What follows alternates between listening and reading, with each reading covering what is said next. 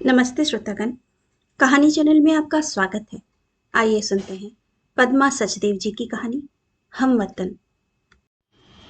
कोलाबा जाने वाले bus stand पर मैं अकेली खड़ी थी, वर्ली सी फेस के सामने। बंबई का समुद्र हाथ मुंह धोकर सुबह के पूरी तरह खिलने का इंतजार कर रहा था।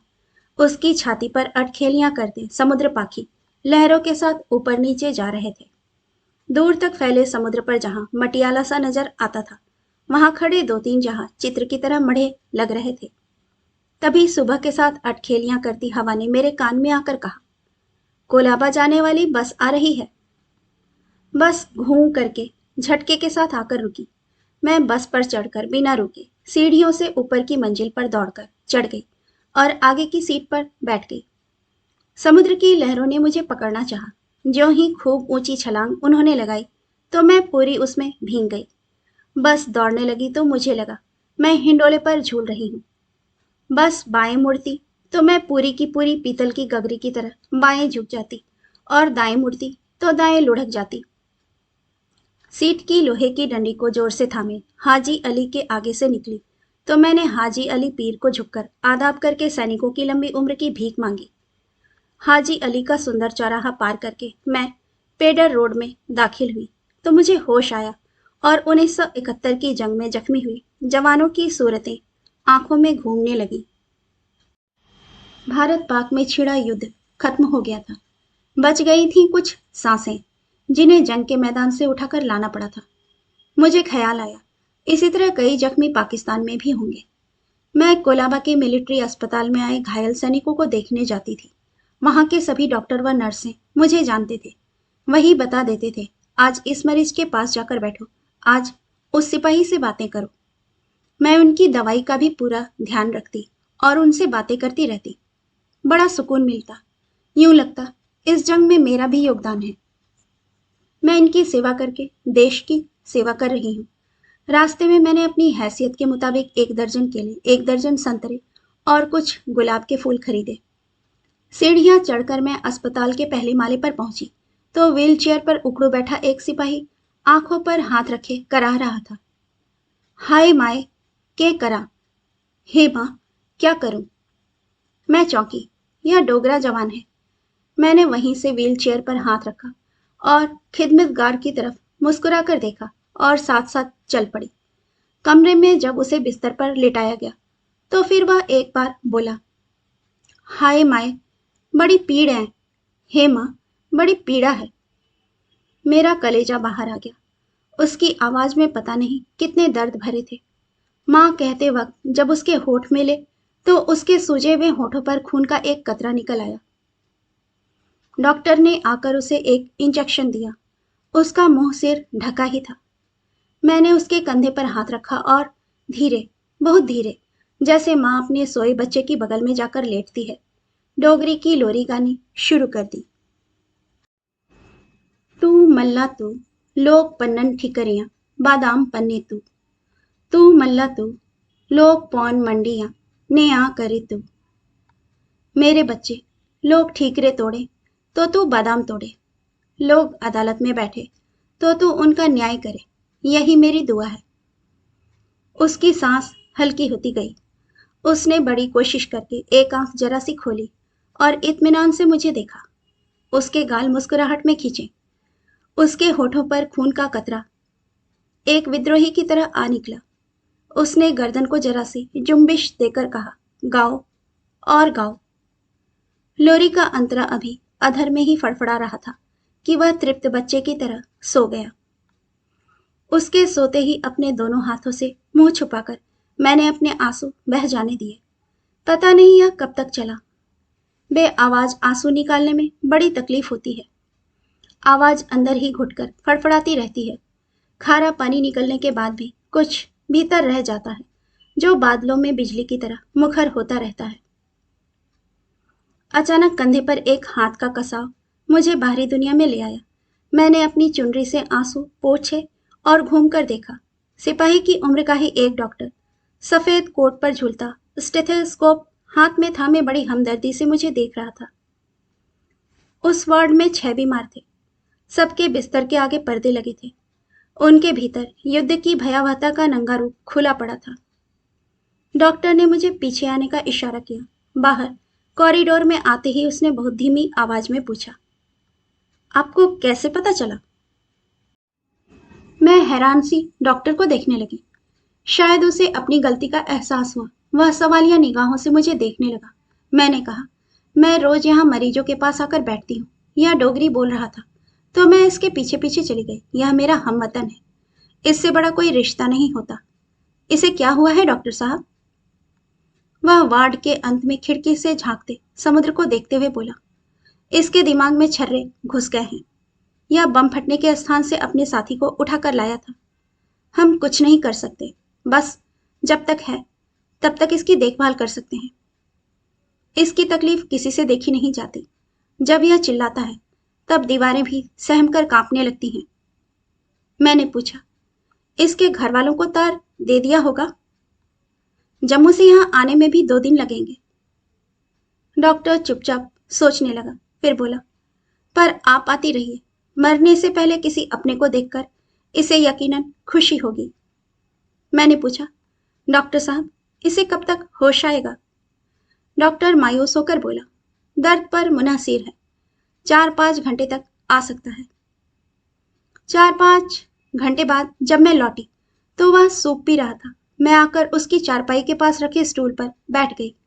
मैंने पूछा, हुन ठीक हो ना? उसने कहा, हाँ, इस वक्त तो ठीक हूँ। सूप पीते वक्त मुंह खोलने में उसे तकलीफ हो रही थी, पर अब उसके होंठ पहले से कम सूजे हुए थे। उसने लड़खड़ाती आवाज में पूछा, इत्थे किया आईया? मैंने कहा, मैं यहाँ रोज घायल सिपाहियों को देखने आती हूँ। नर्स से बता देती हैं किसके पास बैठूं। किसी किसी की सेवा करने का मौका मिल जाता है। कई लड़कियां आती हैं। सिपाहियों से बातें करके लगता है देश की रक्षा में हमारा भी योगदान है। और आपको तो पता ही होगा, हमारे सैकड़ों हजारों लोकगीत सिपाहियों पर ही रचे गए हैं। मुझे अपने सिपाही बहुत अच्छे लगते हैं। उसने खुश होकर कहा, आपको सिपाहियों के लोकगीत आते हैं? मैंने कहा, हाँ, हर डोगरी औरत को आते हैं। वह आग्रह से बोला, मेरे लिए गाइए ना। मैंने अपना गला धीरे से साफ किया और ऐसे गुनगुनाने लगी जिसे सिर्फ वह सुन सके। बोल मेरिए जिंदड़िए, दूर सपाई किया रोंदे ना। मेरी जान, बताओ सिपाही दूर कैसे रहते हैं?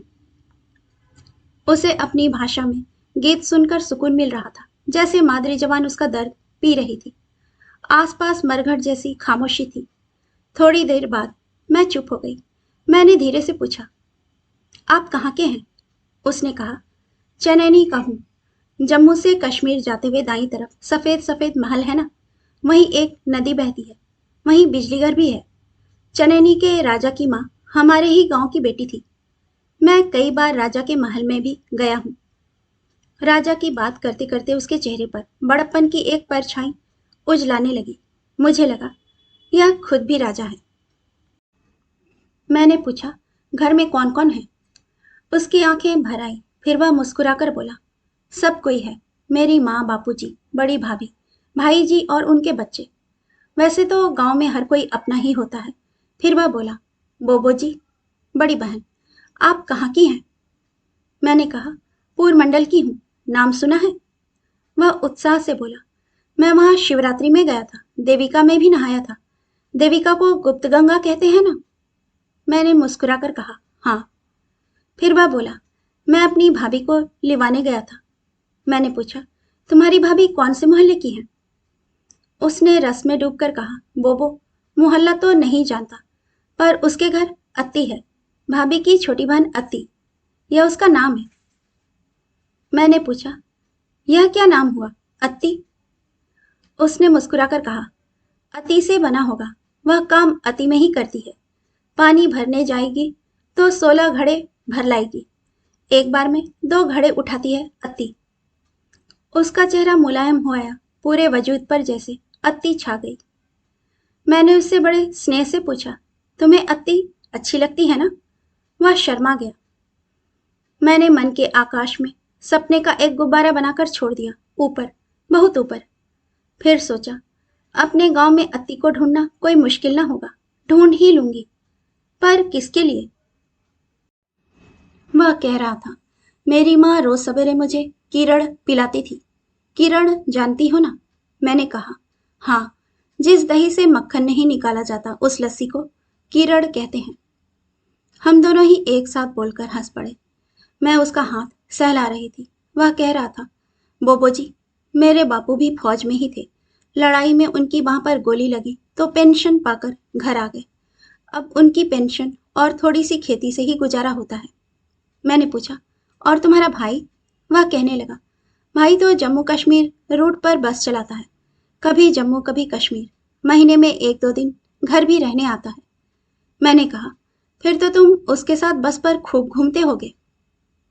सिपाही का चेहरा और नरम हो गया। कहने लगा, कई बार भाई अपने साथ बस में ले जाता था। बटोत में हमारा ननिहाल है ना, भापा मुझे वहीं छोड़ जाता था, आती बार वापस ले आता था। मेरे ननिहाल में मेरे मामा मामी मुझे बड़ा प्यार करते हैं। उनके दड़ूनियों के बाग हैं, उनसे खट्टा अनारदाना बनता है। हम गर्मियों में अनारदाने की चटनी पीसकर खीरे में भरकर खाते हैं। हम दोनों हंस पड़े। मैंने पूछा, तुम फौज में कब से हो? बोला, यही कोई 4 साल से। बापू तो चाहते थे वहीं चनैनी में ही दुकानदारी करूं। बापू को जब एक मुश्त पैसा मिला तो उनकी यही मर्जी थी, पर मैं अड़ गया। मैंने कहा, हमारे परिवार से हमेशा कोई ना कोई फौज में जाता ही है। अब आप आ गए हैं तो मैं जाऊंगा। यह कहकर वह मुस्कुराया, फिर बोला, आज या कल कोई घर से भी आ जाना चाहिए, पर आप तब भी आती रहना। क्यों नहीं आऊंगी, जरूर आऊंगी, मैंने कहा।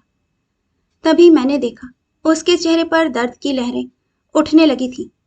ज्वार भाटे के इंतजार में उसने दोनों हाथों से चारपाई की पाटी पकड़ ली। तभी डॉक्टर घबराया सा दाखिल हुआ। उसे पता नहीं कैसे मालूम हो गया था।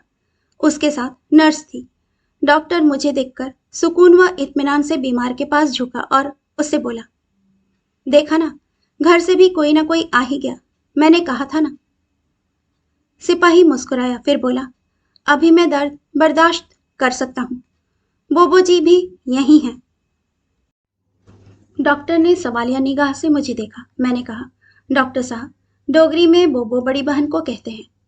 फिर सिपाही की ओर मुखातिब होकर उससे कहा, मैं तुम्हारी चनैनी भी हूं, चिंता न करो। हमारा गांव हमेशा हमारे साथ ही रहता है।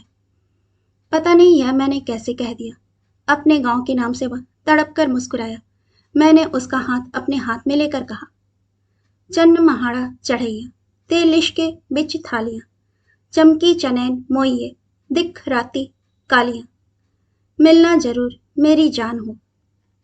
मेरा चांद थाली में चमक रहा है, देखो चनैनी कस्बा काली रात में कैसे उज्जवल होकर चांद की तरह निकल आया है।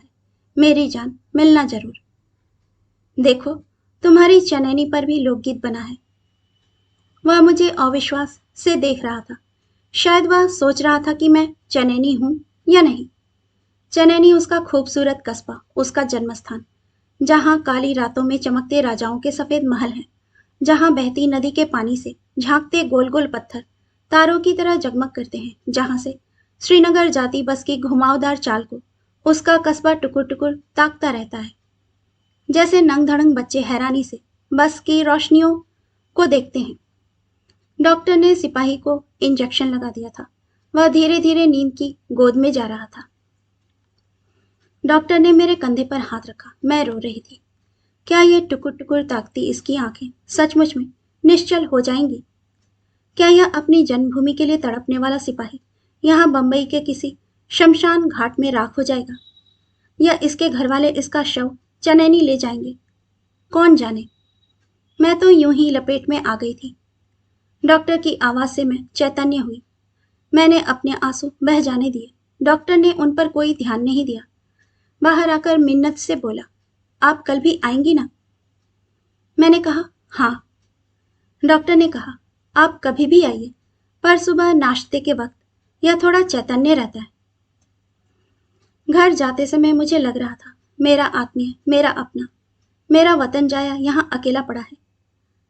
मेरी तरह कई वापस जा रहे थे, कोई आशा के साथ, कोई दुविधा के साथ। सिपाही को डॉक्टर ने 2-3 दिन से ज्यादा ना दिए थे।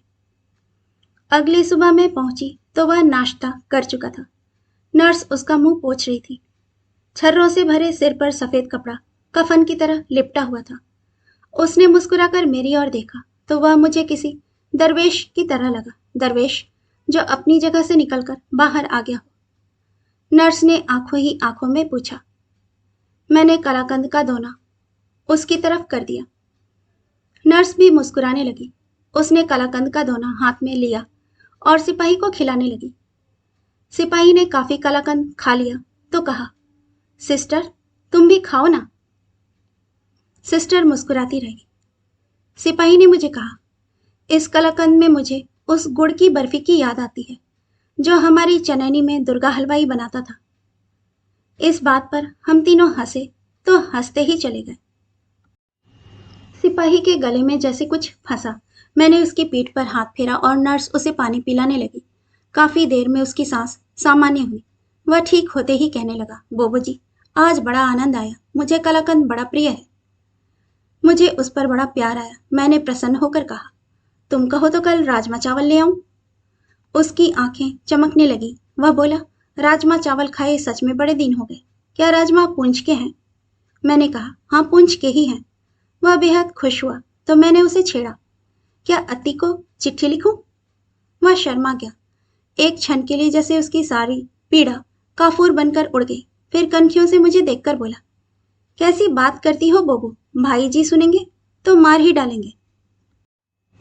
वह पता नहीं जानता था या नहीं, मार डालने के लिए उसके सिर में धंसे छर्रे धीरे धीरे जहर बनकर उसे अपने आगोश में ले रहे हैं।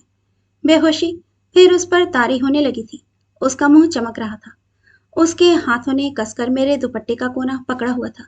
मैंने सोचा, यह सो जाएगा तो इसकी उंगलियों में फंसा यह दुपट्टा कैसे निकालूंगी। मन के भीतर पहाड़ी बादलों के सीने में चमकती बिजली कड़कने लगी। मैंने उसके माथे पर हाथ फेरते फेरते कहा, यहां से ठीक होकर तुम चनैनी जाओगे या बटौत? उसने यत्न करके जवाब दिया, पहले यहां से तो निकलूं। इस चारपाई से मैं बड़ा तंग हूं। लगता है यह दर्द की रस्सियों से बुनी हुई है और सारी रस्सियां मेरे इर्द गिर्द लिपटी हुई हैं। मैं उसकी दार्शनिकता पर मुग्ध हुई। नींद में जाता जाता वह बोला, राजमा बहुत गलाना और मिर्चें कम डालना। मैंने कहा, ठीक है, अब तुम सो जाओ, मैं कल सुबह आऊंगी। उसने आंखें खोलने की कोशिश की। मैंने कहा, सो जाओ और देखो सिपाही घबराता नहीं है। डोगरा सिपाहियों के हौसले सिपाहियों के गीत गाने वालों के सुरों में बुलंद रहते हैं। वह मुस्कुराया। उसकी मुस्कुराहट रोने से ज्यादा उदास थी। उसने मेरा आंचल पकड़ लिया था। उसकी सांस शिशु की सांस की तरह कोमल और स्निग्ध हो गई थी। मेरा आंचल भी उसके हाथों से छूट रहा था। मैंने धीरे से उसे खींचा और उसकी चारपाई पर हाथ धरे उसकी सांस का आरोह अवरोह देखने लगी।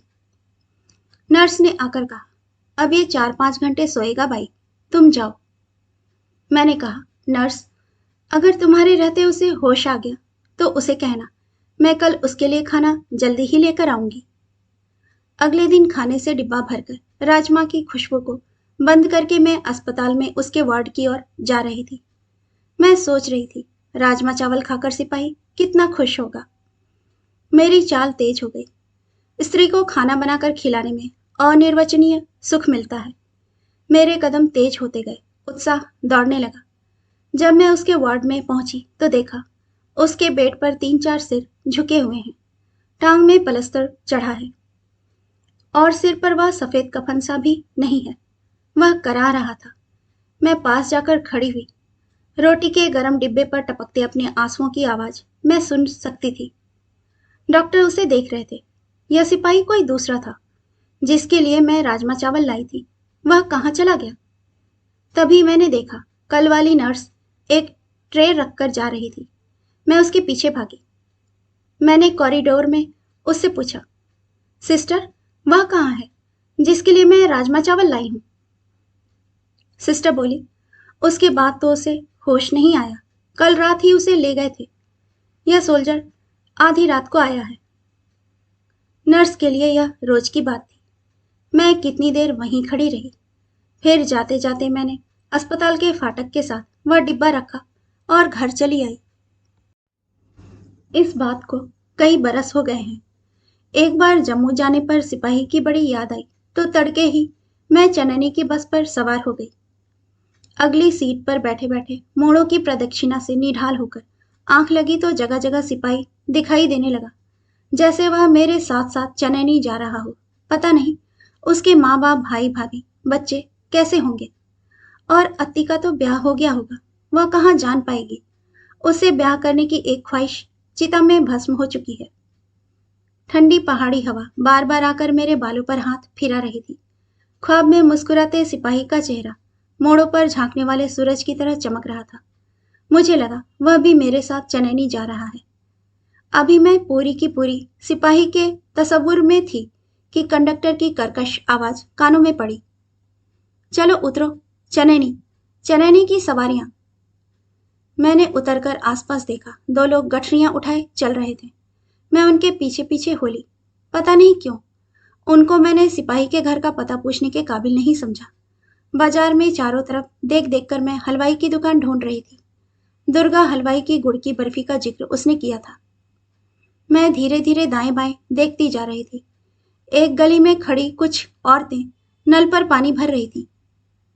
वे सबकी सब मुझे देखने लगी। एक ने पूछा, आप किसके घर जाएंगी? मैंने कहा, मैं दुर्गा हलवाई को ढूंढ रही हूँ। एक फूहड़ सी औरत हंसती हंसती बोली, दुर्गा हलवाई की तो लॉटरी खुल गई लगती है। मुझे उसकी बदतमीजी पर क्रोध आ रहा था, पर उसके पहले ही दूसरी लड़की मुझे अपने साथ ले गई। रास्ते में उसने कहा, यह कर्मो बड़ी खच्चर है, कुछ मेंटली भी है। इसकी बात कोई नहीं सुनता। अब देखिए, दुर्गा हलवाई की आंखों का ऑपरेशन खराब हो गया। वह दुकान के बाहर ही चारपाई डाले पड़ा रहता है, और जो कोई जाता है उसको पहुंच पहुंच कर सभी के बारे में पूछता है। कौन हो, किसके बेटे हो, तेरा बाप कहाँ है, भाई की चिट्ठी आई कि नहीं। आपको भी बड़ा बोर करेगा।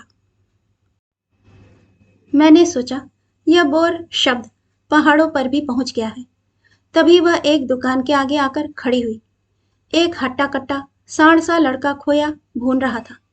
उस लड़की ने कहा, ये शहर से आई हैं, चाचू को पूछ रही हैं। उसने खोया भूनते भूनते ही कहा, आज वह नहीं आएगा, उसे मलेरिया हुआ है, इनको घर ले जाओ। ऊबड़ खाबड़ गली के सिरे पर उसका घर था। बाहर धूप में खटोला डाले दुर्गा उकड़ू होकर लेटा था। हम उसके करीब जाकर खड़े हो गए। उसने आहट पाकर पूछा, कौन है? लड़की ने कहा, चाचू, ये तुमसे मिलने आई हैं।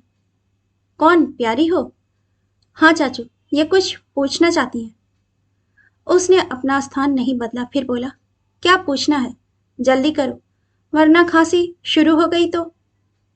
मैंने जल्दी से कहा, सिपाही का पता करने आई हूं, उसका घर कहाँ है? हलवाई ने कहा, कौन, मंगतू? अच्छा, वह सिपाही, वह मेरे शेर, आपको भी चकमा दे गया। मैं हैरान होकर हलवाई को देखने लगी। उसकी बंद आंखें भी सोच में डूबी थी। वह बोला, सतरोड़ा था वह। सतरोड़ा जानती हैं? राजाओं की नाजायज औलादें। उसका अपना कोई ना था, वह हमेशा अपनी कहानियां गढ़ता था। सुना था पाकिस्तान की जंग में मारा गया। गांव में पटवारी को तार आया था। मेरी दुकान पर भी कभी कभी आकर बैठता था। उसे गुड़ की बर्फी बड़ी पसंद थी। उसे शायद मेरी चुप्पी खल रही थी। कहने लगा, बुआ, इस तरह के कई मंगतू हैं जो सपने देखते देखते उन्हें सच समझने लगते हैं। उसकी माँ कभी की मर गई थी, उसे कौन देखता। महल के बाहर उसे कोई छोड़ गया था। मेरी दुकान के थड़े पर ही पला था। सर्दियों में मेरी भट्टी के नीचे वह और कालू पड़े रहते थे। फिर कोई उसे कंबल भी दे गया था, पर मरा सिपाही होकर। शाबाश। अब तो मेरे कालू को मरे भी काफी देर हो गई। अपनी बारी देखो कब आती है। कालू कुत्ता था, पर मंगतू उससे ऐसे बातें करता था जैसे वह भी आदमी का बच्चा हो। थोड़ी देर वह चुप रहा, फिर जैसे उसे ध्यान आया, कहने लगा, जाओ जाओ बुआ, भीतर चलो, बहुएं तुम्हें चाय पानी पूछेंगी। इतना बोलकर वह हाँफने लगा। मेरी सुनने बोलने की शक्ति खत्म हो गई थी। यहाँ तक साथ साथ आता मंगतू बार बार आंखों के सामने आ रहा था। मैं उस जगह से कदम उठाने का हौसला बुनने लगी। जहां मंगतू, उसका परिवार, अत्ती और उसके सपने दफन हो गए थे। कहानी सुनने के लिए आपका धन्यवाद।